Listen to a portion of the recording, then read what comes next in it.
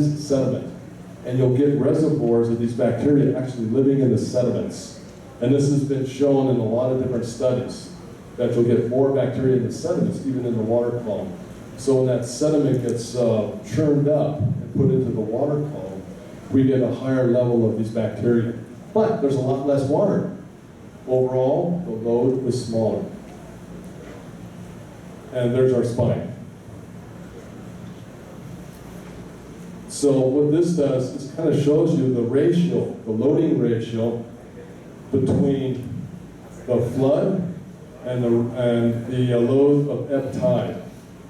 So if this ratio is above 0, that means the wetlands are acting as a sink. There's processes that are destroying these bacteria. If it's below that line, that means it's acting as a source. Probably it's the process obviously aren't killing it, and it's even being caused by this resuspension. And we find that during your daylight hours, right through here, it's a sink.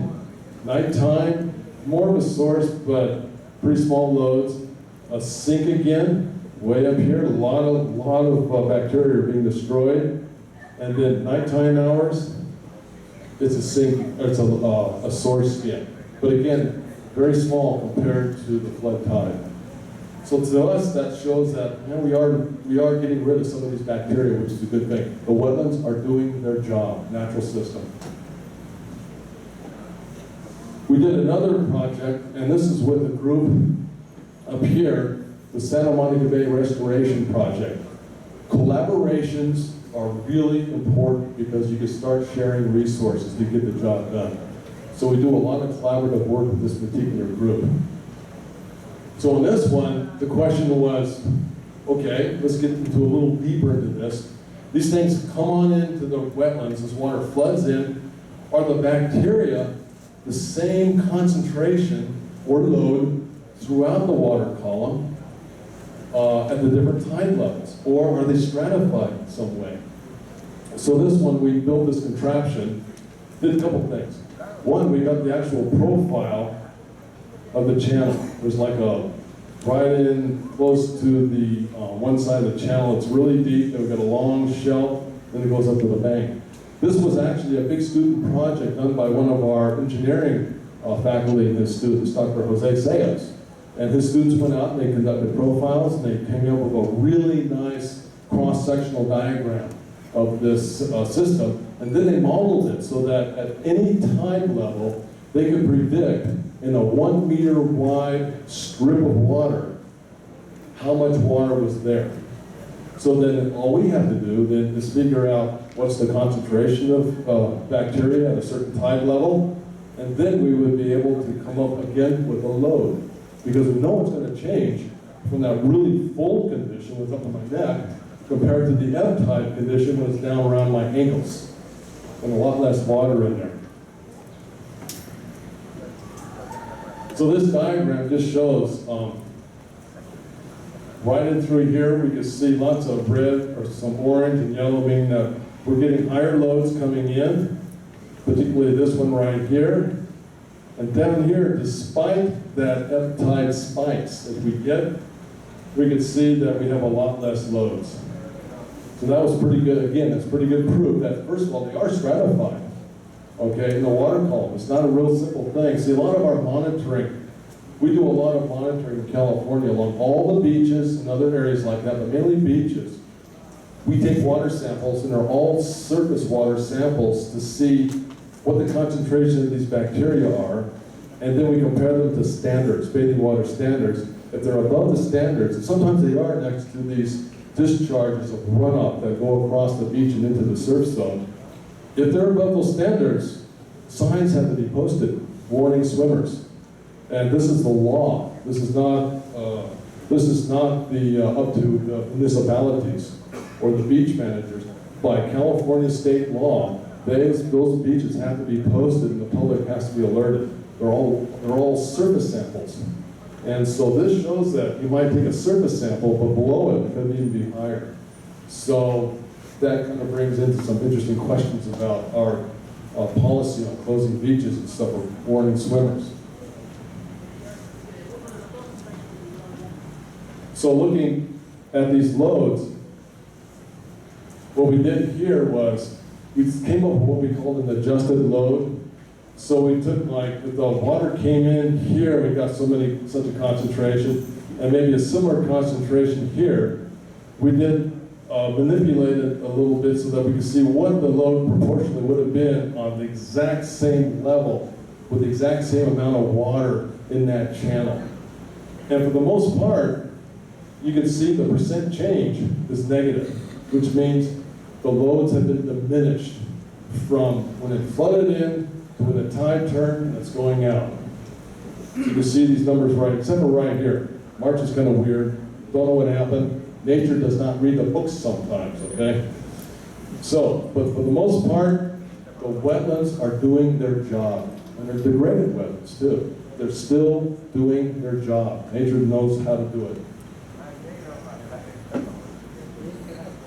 So we figure this is sort of what we figure is going on.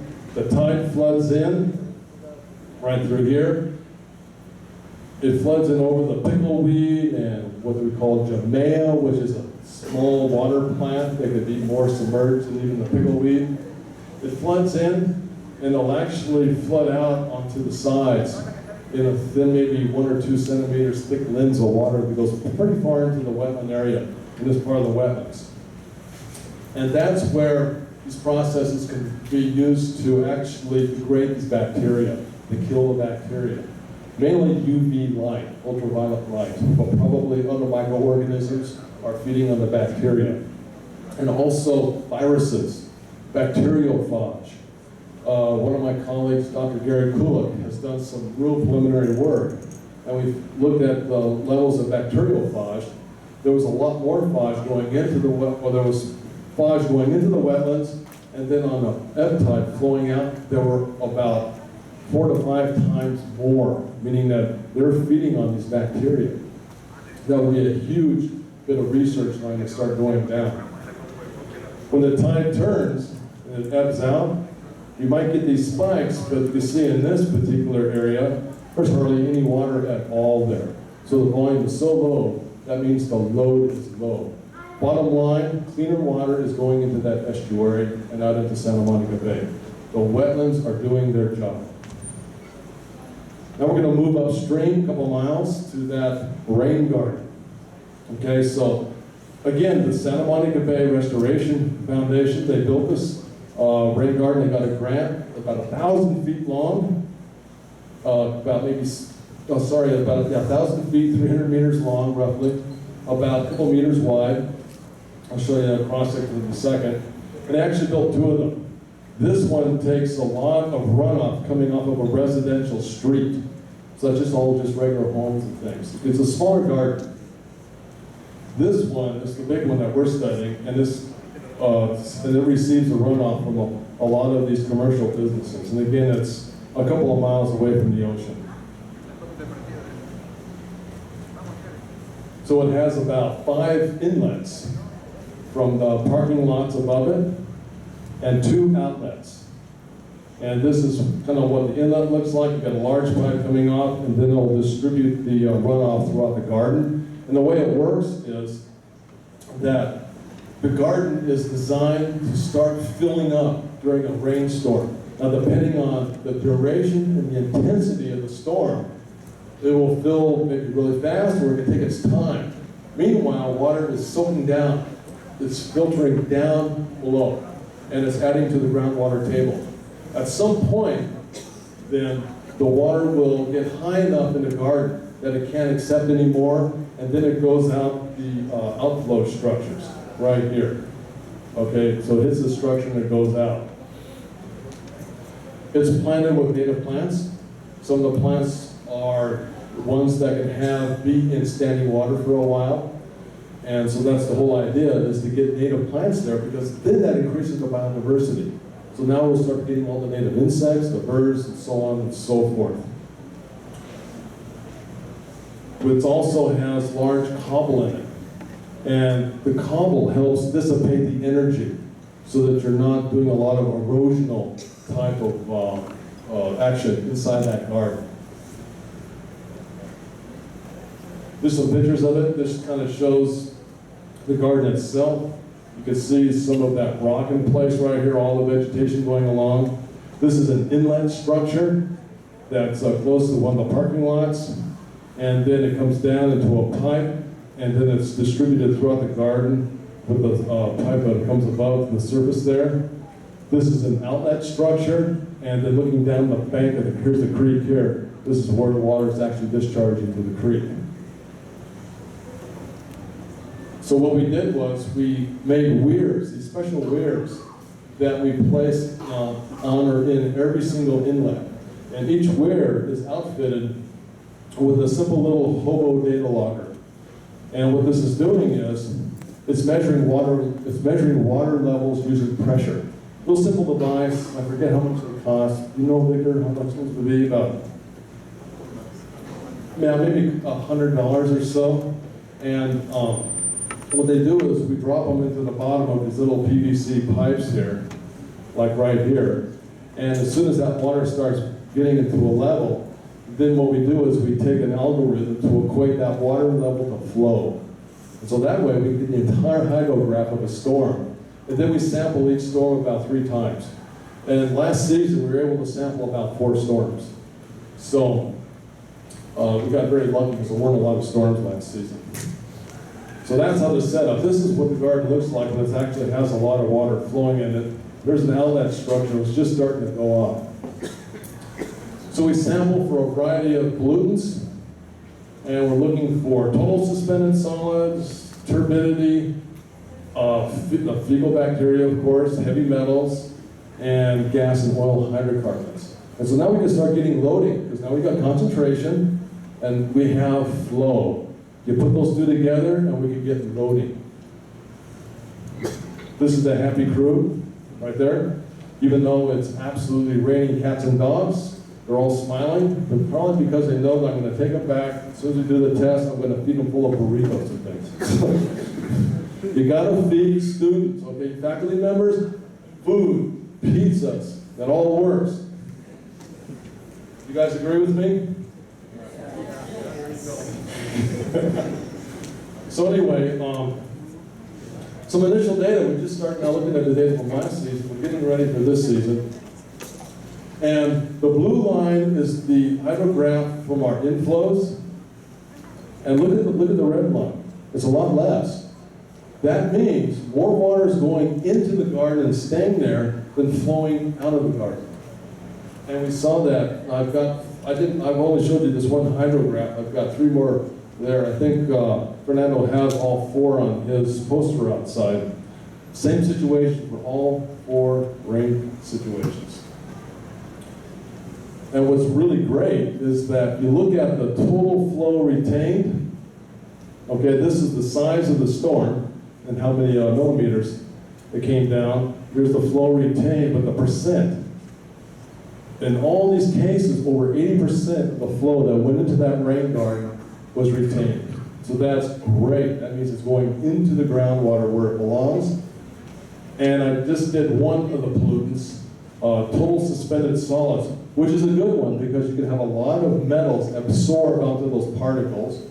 You can have PAHs absorbed onto the particles, and also bacteria. So it's a good all-around measure of how well your performance is doing.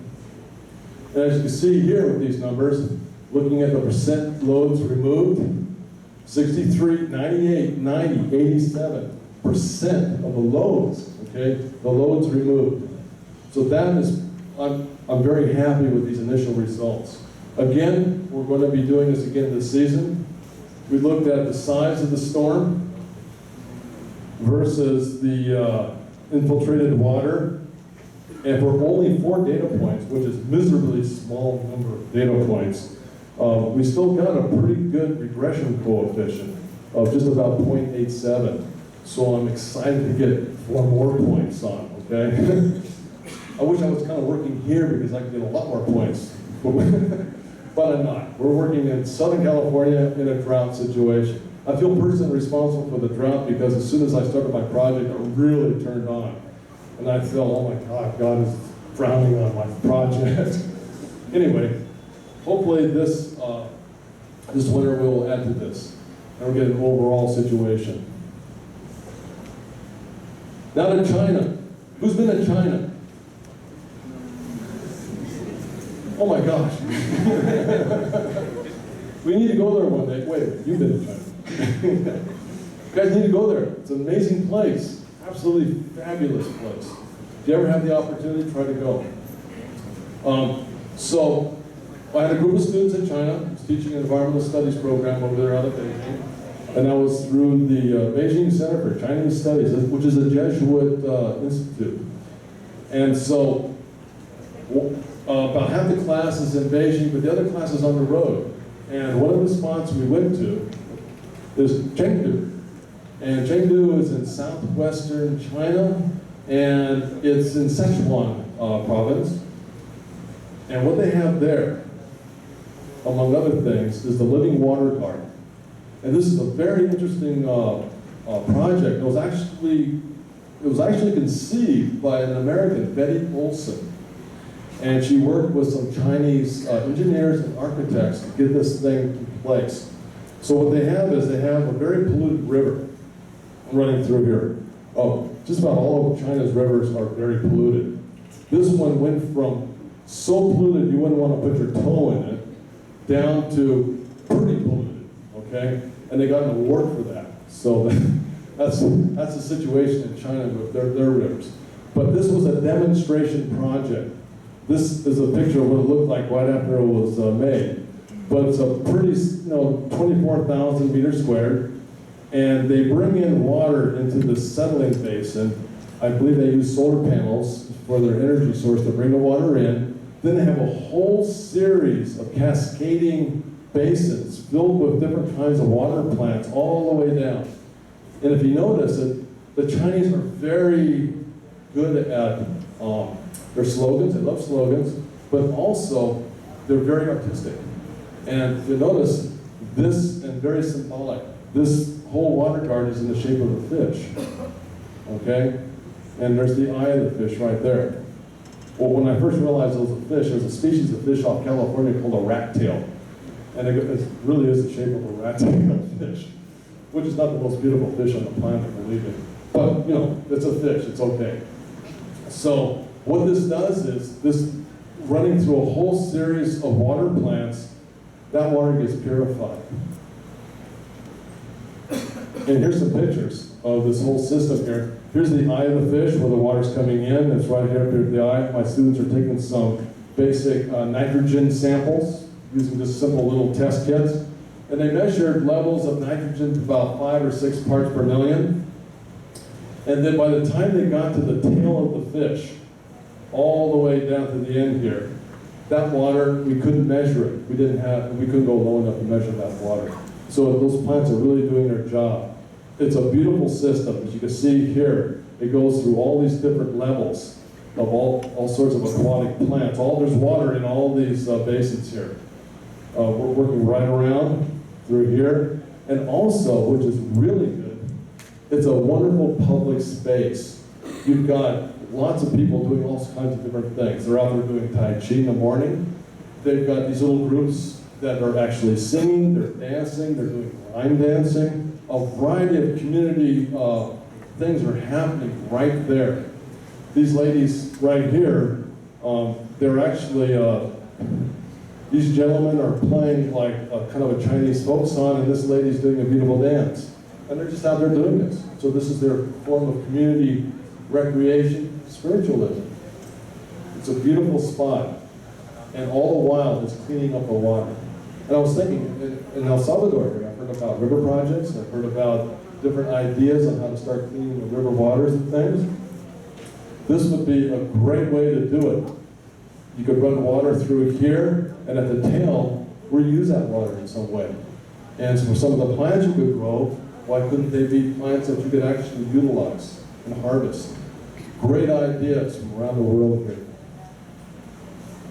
Now, finally, here's my personal take on the professor-student model. So we got a professor here. Here's Dr. Gary Coolin. Okay, he's sitting in his throne there. It's awesome. Gary's a great guy. Unfortunately, he moved to Detroit Mercy University, another Loyola Institute. And the professors, they're the mentors for the students. They're directing the research. They're doing all these things, okay? But most important, they're teachers. And to me, the word being a teacher is a very, very special, high responsibility position. We're doing more than just clapping our gums in the classroom, spouting off theory to you guys. Okay? We are teaching you, we're mentoring you, we're helping you, we're addressing your questions, we're guiding you to learn. And we're trying to make a really good learning environment. He's making an incredible learning environment in the research laboratory. He's enriching the lives of the students and their whole educational experience. And that's what the students get out of this. What do the teachers get? They get to watch you guys develop. They get to watch you guys become really successful, and they get to watch you have the satisfaction of really blossoming, really enriching your own lives. And you can literally see the light bulbs go on when you make your own discoveries. You work through when you make mistakes, because we learn from our mistakes. That's what research is all about. You go forward a couple steps, you go back one step. Then we got our graduate students. I kind of think of them as, for American football, they're like the quarterbacks, okay? Professors, the coach, our grad students are like the quarterbacks, and they're leading a team. Okay, what they're getting out of this is they get training in just how to lead a team, how to get students really effectively working together. They're rounding up resources, they're sort of really helping the professor out in their research. Okay, and of course, what they get out of it is, well, they get a thesis, okay? They get units towards thesis and stuff, but they learn presentation skills, leadership skills, research skills. If they do a good job, and all of ours always do, they get really good letters of recommendation for when they go on in their professional lives. And those really work. They're important to get. And then finally, all of our students. We encourage our students to do research with us. I could not have done any of this work without my students. And what they get out, and this is from first year students all the way up, what they get is what they do is they assist in all of our data collection, in the preparation of testing and sampling materials, and they help with the data assessment, and they start making posters. They start doing some research presentations. So now they're getting communication skills. You can do the best science on the planet, but you need to be able to communicate that to really make an impact, not only for the science community, but for your own communities, especially if it's applied projects like we've been talking about for the last 2 days. And more what they get out, okay, credit towards the degree, okay, we give them credit for their research activities with us. And again, skills, they can get on publications with the professors, and then there's good old letters of recommendation. This is a great model. I really enjoy working with my students, and it's a good two-way street. Okay, it's a win-win for all. And it's a good two-way street of communication and just a sense of reward when you start to see this material coming out. So in conclusion, I think that our projects, I think we've demonstrated that wetlands, these artificial wetlands, things like rain gardens, they do a good job. They could be sized from tiny things, maybe this size only half the size of this room or even smaller, to really large structures like I showed you. Nature does a great job. We just have to give it a chance. And they have multiple outcomes. They got all those ecosystem services, all those things that Victor was talking about. And that can really enhance a community. It can make people want to be in their community, want to help their community, want to foster a sense of stewardship in their community. And that's what I think is very important, not only in your communities, but certainly back in my community, back in Los Angeles. And including students in our research, it's a win-win for all. And it's something that we really strive for, and something that we really take pride in at LMU. So with that, I want to thank all of our students Here's just a few of some of the groups of students I work with on different projects. They're all smiling, okay? They're all pretty happy. There's Stephanie. Say hi, Stephanie. Where's Stephanie? Okay. Okay, and also the folks at the Santa Monica Bay Restoration Commission. We've worked with them for many years now. And they provide, again, they're providing another source of valuable research projects from all the projects that they're involved with to bring back and to improve and restore ecosystems around Santa Monica Bay. So with that, I'll take any questions. And I think we're going to do the questions together. Okay. Thank you very much for your attention.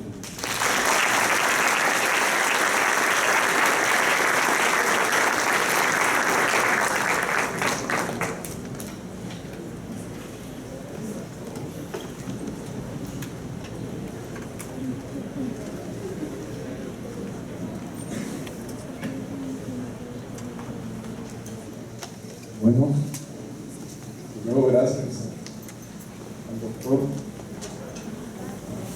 Nos ha demostrado varias cosas, no solo conocimiento, sino que el entusiasmo y la pasión que siente por lo que hace, y eso es muy importante. Gracias. Bueno, abrimos a las preguntas. A ver quién tiene alguna pregunta. Y adelante. Sí, espere.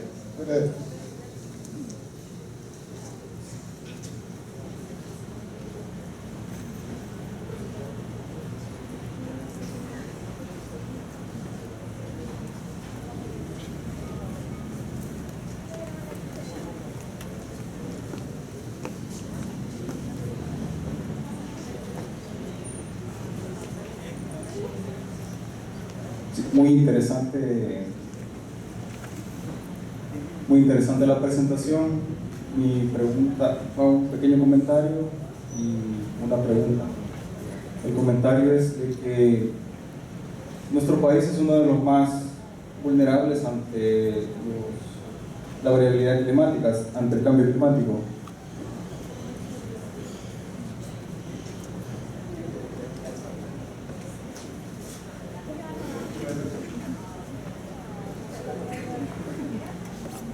El Salvador es uno de los países más vulnerables ante el cambio climático.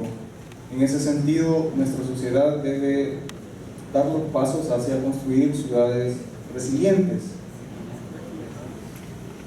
En cuanto a esas medidas de sostenibilidad o sustentabilidad, podríamos aplicar, por ejemplo, sistemas que vayan una mezcla de sistemas de ingeniería y ingeniería verde también, para mejorar la calidad de los efluentes en nuestros ríos que están muy contaminados.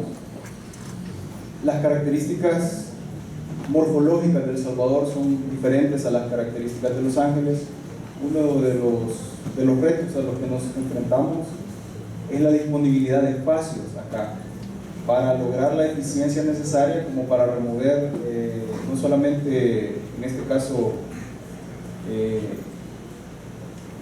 patógenos, sino que también nutrientes como nitrógeno o fósforo que van finalmente hacia los cuerpos de agua.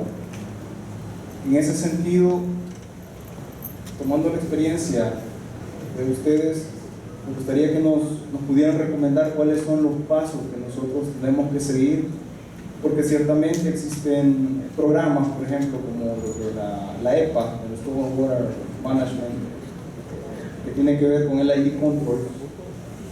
Sin embargo, en el tema de Constructed Wetlands, no aparecen, digamos, en ese paquete de software. No los he visto Ray Gardens y otra serie de cuestiones. Pues sería, ¿qué nos podrían recomendar ustedes? ¿Qué pasos tenemos que comenzar a dar como para definitivamente aplicar esas medidas de sustentabilidad de manera tal que no solo mejoremos la calidad